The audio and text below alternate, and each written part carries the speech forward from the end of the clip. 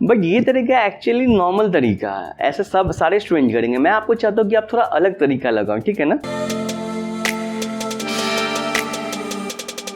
Hello everyone, welcome to maths clear concept. मेरा नाम है मनीष टंडन और इस चैनल पे हम लोग सिर्फ क्वेश्चन नहीं बनाते बल्कि कॉन्सेप्ट समझते हैं और कॉन्सेप्ट समझाने की गारंटी मैं लेता हूँ। आज हम लोग रैशनलाइजेशन के बारे में पढ़ेंगे जो कि RSOL बुक का एक्सरसाइज 1F है और NCERT का 1.5 है। तो जब हम लोग 1C सेक्शन देख रहे थे तो हम लोगों ने इरेशनल नंबर को लड़की माना था और रैशनल को लड़का माना था, ठीक है। जैसे इरेशनल नंबर आपका √2 हो गया, √3 हो गया, √5 हो गया, इन सब को हम लोगों ने इरेशनल को लड़की माना था। Women.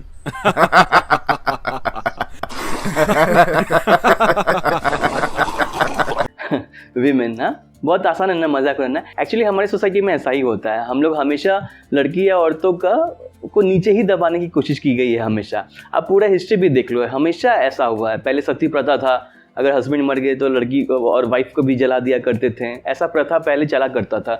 मैडम क्यूरी है जिनको नोबेल प्राइज सिर्फ इसलिए इनिशियली नहीं दिया जा रहा था क्योंकि वो एक लड़की थी, ठीक है। ऐसा बहुत कुछ है। आज के भी दिन में अगर देखोगे तो सेम ऑफिस में सेम पोजीशन पे लड़का लड़की काम करते तो लड़का का सैलरी ज़्यादा है, ऐसा अभी भी है।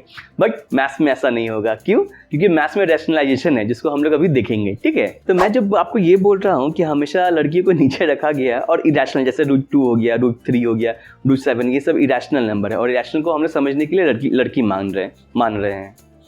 तो सपोज 1/√7 है, ठीक है। अभी मैथ्स क्या बोलता है कि नीचे कभी भी अंडर रूट नहीं रहेगा, ठीक है ना। अंडर रूट मतलब इरेशनल, हमारे केस में लड़की, ठीक है। तो नीचे कभी भी समाज में लड़कियां नीचे नहीं रहेगी, वो उनको ऊपर रहना होगा, ठीक है। तो कैसे ऊपर आएगा, इनकी हेल्प कौन करेगा? तो ऑब्वियस सी बात, इस दुनिया में कोई किसी की हेल्प नहीं करेगा, हेल्प खुद ही करना है। तो अगर √7 को ऊपर जाना है इनको, तो इनको खुद ही हेल्प करना पड़ेगा। मतलब क्या, √7 से मल्टीप्लाई और √7 से डिवाइड करिए। ये एक्चुअली क्या कर रहे हैं हम लोग ने इक्विवेलेंट रैशनल नंबर पढ़ा था, ठीक है ना। ये उसका ही कॉन्सेप्ट है, ठीक है। तो हम लोग किसी भी नंबर को सेम नंबर से मल्टीप्लाई या डिवाइड कर सकते हैं क्योंकि इवेंचुअली ये 1 ही तो होगा ना। मतलब अगर √7/√7 क्या होता है, 1 ही होता है। किसी भी नंबर को हम लोग 1 से मल्टीप्लाई कर सकते हैं, ठीक है। तो अब हमारे पास क्या बचा, √7 और √7 × √7 होता है 7। फाइन, ये हम लोग ने 1D में पढ़ा था। अगर आपको ये कंफ्यूजन है कि √7 × √7 कैसे हुआ या इरेशनल का प्रॉपर्टीज हम लोगों ने 1D में डिस्कस किया था, आप वो डिस्क्रिप्शन में चेक कर सकते हो। तो अभी क्या हुआ, नीचे जो पहले रूट था अंडर रूट हट चुका है, ठीक है। क्योंकि जो लड़की समाज में पहले नीचे थी अब वो ऊपर आ चुकी है। समझ में आ रहा है? सारे पूरे बुक में, RSOL गवाल हो या NCERT हो, पूरे बुक में एक ही क्वेश्चन पूछा जा रहा है, रैशनलाइज द डिनोमिनेटर। आपका कोई सा भी क्वेश्चन हो, आपको डिनोमिनेटर को रैशनलाइज ही करना है। मतलब क्या, नीचे से अंडर हटाना है। कभी भी सॉल्व कुछ भी करना हो, कुछ कंफ्यूज होने की जरूरत नहीं है। रैशनलाइज बोला, सिंपलीफाई बोला, कुछ भी बोला, आपको जब कभी भी नीचे अंडर रूट दिख रहा है तो आपको नीचे से अंडर रूट हटाना है। कैसे हटाना है, तो हम लोग बहुत सारे सवाल अभी करने वाले हैं ताकि एट द एंड आपका कॉन्सेप्ट पूरा क्लियर हो जाए, ठीक है। बुक का ही सवाल लेते हैं। तो आपका एक सवाल है √5/2√3। अब इसमें क्या करना है, नीचे से हटाना है आपको, इरेशनल नंबर हटाना, मतलब √3 हटाना है। तो क्या करेंगे, जो भी नीचे उससे ही मल्टीप्लाई कर देंगे, √3/√3, ठीक है। तो √5 × √3 हुआ और नीचे 2 × √3 हो गया। तो अगर जब कभी भी अंडर रूट होता है तो आप लोग नंबर अंदर ले सकते हो। तो ये √15 हो गया अपॉन √3 × √3 3 ही होता है, ठीक है। तो ये √15/6 ये आपका आंसर हो गया, ठीक है। रैशनलाइज द डिनोमिनेटर था, डिनोमिनेटर से हट गया अंडर रूट। समझ में आ रहा है ना। हम लोग और भी सवाल देखते हैं। अब वैसा सवाल लेते हैं जहाँ पे नीचे सिर्फ एक टर्म नहीं हो, मल्टीपल टर्म्स हो, तो क्या होगा। तो एक सवाल है NCERT में 1/√7 माइनस √6, इसको करना है, ठीक है। अभी इसको समझने के लिए आप एक चीज समझ जाओ कि कैसे अंडर रूट नीचे हटेगा, ठीक है। तो आप क्या करना, हेल्प तो खुद ही करना है, कोई और तो हेल्प करने नहीं आएगा। तो सेम चीज आप ऊपर लिखोगे, बट क्या ख्याल रखना कि इसके आगे का साइन को चेंज कर देना, ये वाला, ये जो साइन है। तो इसको माइनस था तो प्लस कर देना √6 अपॉन और फिर सेम नंबर। कंफ्यूजन तो नहीं हो रहा है ना। क्या करना था हम लोग को, रैशनलाइज द डिनोमिनेटर करना था या सिंप्लीफाई करना था। तो मतलब क्या, नीचे से अंडर रूट हटाना है। तो नीचे जो भी था सेम नंबर से हम लोग यहाँ पे मल्टीप्लाई करेंगे, बस एक साइन बदल देंगे, ठीक है। अब क्या हुआ, तो ऊपर तो 1 से मल्टीप्लाई है तो √7 + √6 हो गया। नीचे क्या हुआ, √7 माइनस √6 और मल्टीप्लाई हो रहा है √7 + √6 से। जब कभी भी ऐसा है क्लासिक आए, आपके दिमाग में क्या क्लिक करना चाहिए, a + b × a - b। ठीक है ना। ये क्या चीज़ हो रहा है, a प्लस बी इंटू, इसी को तो बोलते हैं ना ए स्क्वायर माइनस बी स्क्वायर। अभी ऐसा क्यों कर, देखो हम लोग ने जानबूझ के इस नंबर से मल्टीप्लाई किया है ना कि एक a माइनस बी बने और एक a प्लस बी बने। क्यों? क्योंकि a square minus b square under root है ना, अंडर रूट को जैसे ही स्क्वायर करेंगे तो अंडर रूट हट जाएगा। मतलब क्या, अगर आप इसको आप सॉल्व करने जाओ a minus b into a plus b, तो ऊपर में आपका है √7 प्लस √6 और नीचे a क्या है √7 a square minus b square. अभी इसको सॉल्व करेंगे तो क्या हमें मिल जाएगा, √7 प्लस √6 अपॉन 7 अंडर रूट 7 का स्क्वायर और ये 6 इक्वल्स टू √7 प्लस √6 अपॉन 1। यही तो आंसर हो गया। नीचे से अंडर रूट हट गया है। ठीक है, इस टॉपिक को और अच्छे से समझना है तो हम लोग RS अग्रवाल बुक का और भी क्वेश्चन लेते हैं, क्योंकि NCERT में बहुत ही लिमिटेड क्वेश्चन है और आपके बोर्ड के एग्जाम में काफ़ी ऐसा क्वेश्चन आ चुका है जो कि आप NCERT के बेसिस पे नहीं बना पाओगे। तो हम लोग RS अग्रवाल का और भी क्वेश्चन सॉल्व करेंगे ताकि पूरा कमांड आ जाए इस पर। ठीक है, RS अग्रवाल में क्वेश्चन है 2 का 8, उसमें भी वही बोला गया रैशनलाइज द डिनोमिनेटर, बट इसमें टर्म क्या दिया गया, ऐसा दिया गया है जब भी ऐसा कुछ भी टर्म रहे आपको क्या करना है, नीचे वाला को सेम नंबर से मल्टीप्लाई करना है और एक ये जो साइन है ये साइन इसको बदल देना है 2 प्लस √2 अपॉन 2 प्लस √2 और ये ऊपर में जो आप किए हो ये ऊपर में यही चीज़ नीचे में भी रहेगा। ठीक है ना। अब मल्टीप्लाई करते तो मल्टीप्लाई करने पे क्या होगा 1 प्लस √2 मल्टीप्लाइड बाई 2 प्लस √2 और नीचे क्या है 2 माइनस √2 मल्टीप्लाइड बाई 2 प्लस √2। ठीक है, अभी नीचे में तो दिख रहा है ना a माइनस बी और ये a प्लस बी मतलब a square minus b square, तो नीचे तो हो जाएगा।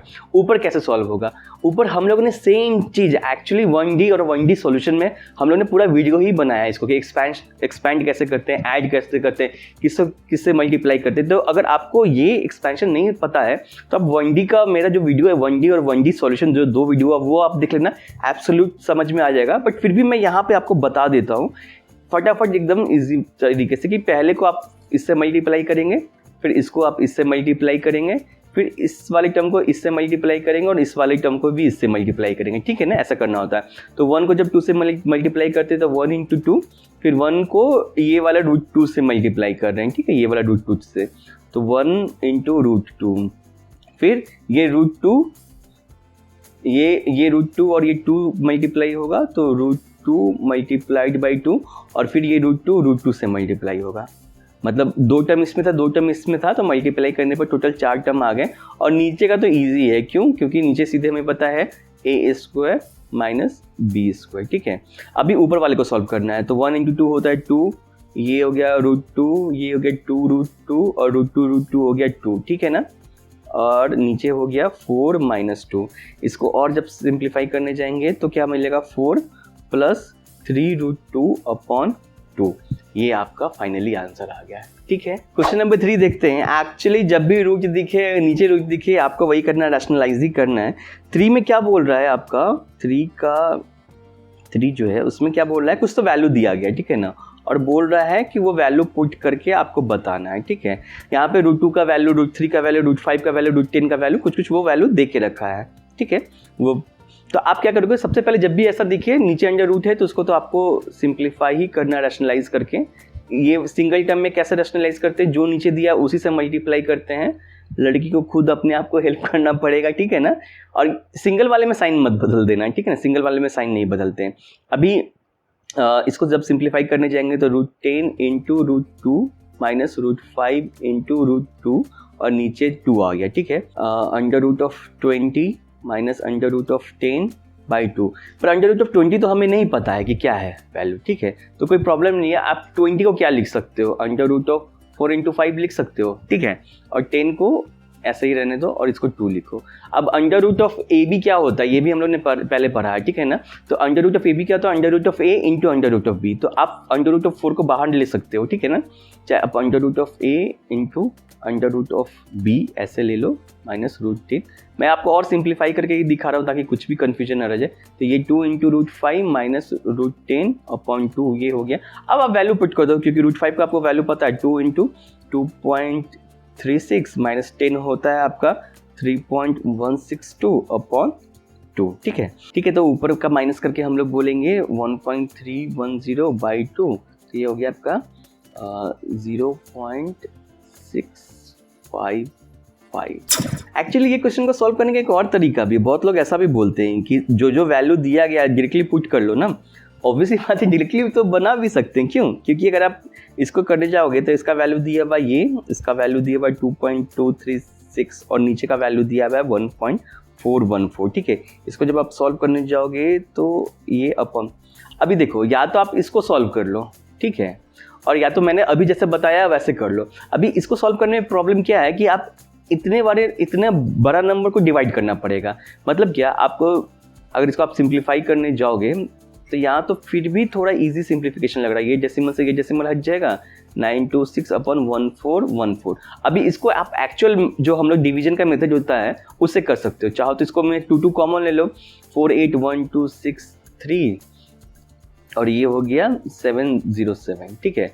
मतलब क्या, 707 को 463 से जब आप एक्चुअल डिवीजन करोगे तो ये 655 ही आएगा। आप इसको सॉल्व करने जाओगे तो आ जाएगा, ठीक है। बट प्रॉब्लम क्या है, एग्जाम में लॉन्ग जो डिवीजन है वो एक्चुअली बड़ा हो जाता है, इसलिए हम लोग को हमेशा बेटर रहेगा आप रैशनलाइज कर देना। ये क्वेश्चन नंबर 4 बहुत ईजी है, ये देखने में लगता है कि क्या पूछ रहे हैं वो लोग, ठीक है, but question number 4 actually solve उसी तरीके से करना है जैसा हम लोग करते आए हैं अभी तक, रैशनलाइज द डिनोमिनेटर को। ये बोल रहा है ऐसा है, ठीक है, बोल रहा है ए और बी का वैल्यू क्या होगा। जब कभी भी ऐसा क्वेश्चन हो ना, आप राइट साइड को भूल जाना क्या हो रहा है, सिर्फ लेफ्ट साइड पे फोकस करना, ठीक है।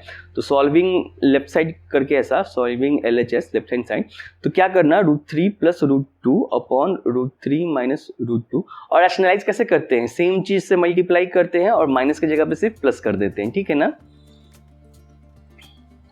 ठीक है। अब इसको सॉल्व करना, सॉल्व कैसे करेंगे, ऊपर क्या हो गया, a + b और a + b, मतलब ऊपर सेम टर्म ही 2 बार मल्टीप्लाई हो रहा है ना। 5 × 5 क्या होता है, 5 का स्क्वायर। उसी तरीके से ऊपर में भी सॉल्व हो जाएगा, तो √3 + √2 का स्क्वायर और नीचे हो गया a - b × a + b। a - b × a + b क्या होता है, a² - b², मतलब √3 का स्क्वायर 3 और √2 का स्क्वायर 2। इसको सॉल्व करेंगे तो क्या होगा, a² + 2ab + b² और नीचे है 1 = 5 + 2√6। और ये लेफ्ट साइड है और राइट साइड क्या है, ये है, मतलब LHS = RHS जो दिया हुआ है। तो 5 + 2, ये जो हम लोगों ने लेफ्ट को सॉल्व किया और राइट में एक्चुअली ये बोल रहा है ऐसा है। अब दोनों को कंपेयर करो तो √6 इसमें है और √6 इसमें है। ये जो है b का वैल्यू, इसका मतलब b का वैल्यू 2 है, क्योंकि जब कभी भी अंडर रूट का टर्म रहा ना अगर, तो आप अंडर रूट वाले को अंडर रूट से ही कंपेयर करना। और इसमें ये a अकेला है, यहाँ पे 5 अकेला है, इसका मतलब a = 5 और यहाँ पे √6 है तो b = 2।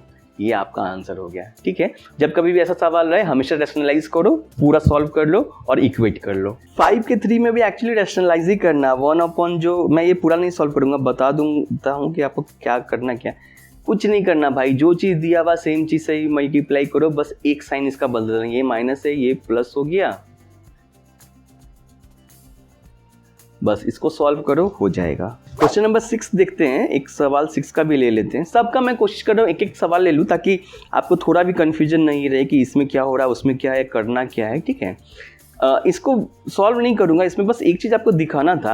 आप देखना, जब कभी भी अंडर रूट के बारे में हम लोग को जब कभी भी पढ़ना होता है ना, तो √2 रहेगा, √3 रहेगा, √5 रहेगा, 6 रहेगा, 7 रहेगा, बहुत हुआ तो आपको कहीं कहीं √11 या 13 दिखेगा, ठीक है ना। उसके बड़ा नहीं जनरली दिखता है, बहुत रेयर ही कहीं दिखेगा। तो जब कभी भी बड़ा नंबर दिखे और मोस्टली इवन नंबर दिखे, मतलब समझ जाओ कि उसको कुछ तो कुछ सिंप्लीफाई करना है। मतलब क्या, 48 दिख रहा है तो 48 तो यार सबसे पहली बात है कि प्राइम नंबर तो है नहीं, मतलब ये टूट सकता है, तो इसका फटाफट प्राइम फैक्टर निकाल लेना। 24, 2, 12, 2, 6, 2, 3। तो आप 48 को कैसे लिख सकते हो, 2 × 2 × 2 × 2 × 3। इसका मतलब क्या, अगर 4 × 4 × 3, ठीक है, तो √48 क्या होगा, 4√3 लिख सकते हैं ना। समझ में आ रहा है क्या, 4√3, ठीक है ना। मतलब हमें दिख रहा था √48 लेकिन है एक्चुअली 4√3। सिमिलरली वैसे ही आप 18 को भी कर लेना। 18 को क्या करोगे, 18 को आप 3 × 3 9 × 2 लिख सकते हो। तो √18 क्या हो गया, 3√2 हो गया। तो एक्चुअली सवाल ऐसा दिख रहा था, क्यों मैं बोल रहा हूँ कि ऊपर में √3 था, √2 था, नीचे में √48 और 18 था। तो अगर आप सिंपली अगर आप यहाँ पे सिंपली √48 माइनस √18 करते ना तो फिर दिमाग खराब हो जाता है इसको मल्टीप्लाई करने में, ठीक है ना। अभी क्या हुआ, इसको भूलो, अभी क्या हुआ, इसको आप सिंप्लीफाई में देखो कैसे लिख पा रहे हैं हम लोग, -5√2, इसको हम लोगों ने क्या लिखा 4√3 प्लस 3√2। अब सिंप्लीफाई करो तो 4√3 माइनस 3√2, 4√3 माइनस 3√2, ठीक है। अब इसको हम लोग सिंप्लीफाई करेंगे तो ऊपर में क्या आएगा, हमारे पास अगेन इसको इससे मल्टीप्लाई करना होगा, इसको इससे मल्टीप्लाई करना होगा, इसको इससे, ठीक है। और नीचे में तो a² माइनस b² हो जाएगा। 28 इंटू 3, फिर ये प्लस है और ये प्लस है और ये माइनस है, तो रिजल्ट हो जाएगा minus. Plus multiplied by minus is minus होता है, ठीक है। तो 7 3 21 √6 माइनस 20 √6 प्लस ये वाला जो है ये माइनस है और ये वाला भी माइनस है, तो माइनस माइनस प्लस हो जाएगा, ठीक है ना। तो 5 से 15, 15 दूना 30 और नीचे है a² माइनस b², मतलब क्या 16 48 और 3 3 9 दूनी 18, ठीक है। इसको सॉल्व मैं आपको ये दिखाई देता हूँ। 60 84 प्लस 30 माइनस 41√6 अपॉन 30, तो ये आपको हो गया 114 माइनस 41√6 अपॉन 30, ये आंसर। आई होप कोई कन्फ्यूजन नहीं है। मैं एक्चुअली इसलिए सॉल्व कर दिया क्योंकि अलग अलग टर्म्स था ना, तो प्लस माइनस भी एक बार रिकैप हो जाएगी। ये सब हम लोगों ने 1D और 1D सॉल्यूशन में देखा है, ठीक है ना। बट इनकेस अगर आप ये वीडियो पहली बार ही देख रहे हो, सीधा यही वीडियो देख रहे हो, तो इसलिए मैं आपको समझा दिया कि ऐसे एक्सपैंड होता है, ठीक है। कन्फ्यूजन है, आप 1D और 1D का सॉल्यूशन देखो, कैसे रैशनलाइजेशन को हम लोग प्लस माइनस मल्टीप्लाई करते हैं, समझ में आ जाएगा। क्वेश्चन नंबर 7 जो है, जैसे 7 मैं सॉल्व करके दिखाऊंगा आपको, वैसा ही आप क्वेश्चन नंबर 9 10 और 18 सॉल्व कर पाओगे, ठीक है। इसलिए मैं बस 7 दिखाता हूँ। और एक्चुअली 7 को भी सॉल्व करने का 2 तरीका है। क्या 2 तरीका है, 4 प्लस √5 अपॉन 4 माइनस √5 और प्लस 4 माइनस √5। जब कभी भी मल्टीपल टर्म्स रहे ना, जैसे यहाँ पे क्या है, ये एक टर्म है और ये एक टर्म है, कुछ नहीं करना है, एक एक टर्म को एक साथ लेके चलो, ठीक है। ये पहला तरीका है। मतलब क्या, इसको पहले रैशनलाइज कर लो, फिर सेकंड वाले को रैशनलाइज करना है। मतलब कैसे करेंगे, 1 प्लस √5 है, ये आपको पता है, ये मैं बस दिखा देता हूँ, पूरा सॉल्व नहीं करूँगा। ये नीचे माइनस से सेम नंबर से मल्टीप्लाई करना है, बस एक साइन बदल देना है, ठीक है। 4 प्लस √5, ठीक है। और फिर ये अब एक टर्म, फर्स्ट टर्म को रैशनलाइज कर रहे हैं और सेकेंड ये हो गया। अब इसमें क्या, ये प्लस है तो मल्टीप्लाई होगा 4 माइनस √5 से, 4 माइनस √5, ये एक टर्म हो गया। अब दोनों को सॉल्व करते जाओ, जो भी आपका आंसर आएगा निकाल लोगे। बट ये तरीका एक्चुअली नॉर्मल तरीका है, ऐसे सब सारे स्टूडेंट करेंगे। मैं आपको चाहता हूँ कि आप थोड़ा अलग तरीका लगाओ, ठीक है ना। कैसे अलग तरीका लगाएंगे, अगर मान लो आप ये क्वेश्चन को वापस से लिखोगे, ठीक है। 4 plus √5 upon 4 minus √5 plus 4 minus √5 plus 4। अभी देखो, ये सवाल को आप जो अभी मैंने जस्ट तरीका बताया है कि अलग अलग रैशनलाइज कर लो, टाइम टेकिंग है। आप अगर इसको, मैं जो समझा रहा हूँ उससे पहले एक चीज़ दूसरा से ये समझाता। अगर मान लो 1 + 2 है प्लस 2/3, अगर इसको सॉल्व करना होता तो कैसे करते हैं आप, पहले दोनों का एलसीएम लेते हैं।